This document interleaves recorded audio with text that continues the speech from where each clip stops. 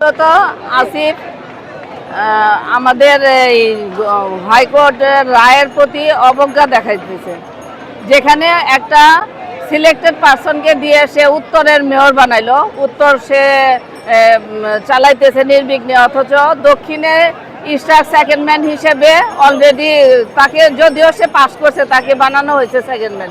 যদি সে লোক দিতেই চায় তাহলে কেন ইশরাক না? আমাদের প্রশ্ন, কেন ইশরাক না? ইশরাক যোগ্য, ইশরাক ইঞ্জিনিয়ার, সব দিক থেকে ইশরাক, যদি ইশরাক পাস করতো, ইশরাক কি চালাইতো না? তার সে যদি স্বাধীনতা, নতুন স্বাধীনতার পক্ষে শক্তি হয়, সে কেন স্বৈরাচারের মনোভাব পালন করতেছে? সে তো অলরেডি ডিক্লেয়ার সেকেন্ড ম্যান হিসেবে ডেকে নিতে পারতো যে ইশরাক আপনি চালান।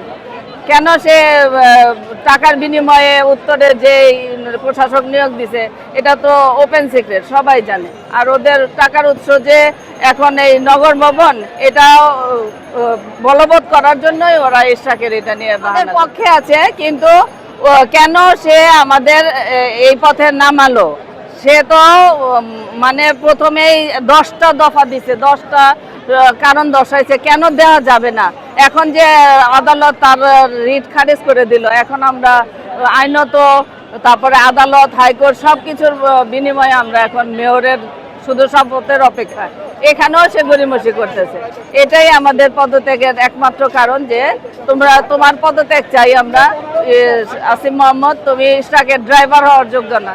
তোমাকে জনতা ক্ষমতা দিছে, তার মানে তোমাকে স্বৈরাচারী মনোভাব পোষণ করতে দেয়নি, কিন্তু তুমি মূলত স্বৈরাচার। যখন আসিফ মোহাম্মদ আপনার এই ঢাকা ভার্সিটি চত্বরে চাকরির জন্য কোটা আন্দোলন করে চাকরি চায়, তখন ইশরাক নেতা হিসেবে ইশরাককে তখন জেলে আটকাইছে।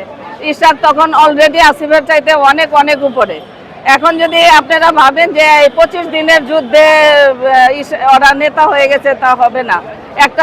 একটা পরিবেশ তৈরি হয়েছে, যখন তারা হারুনের হোটেলে ভাত খায়া আন্দোলন ইস্তফা দিয়ে দিল, তখন আন্দোলন কে চালায় নিল?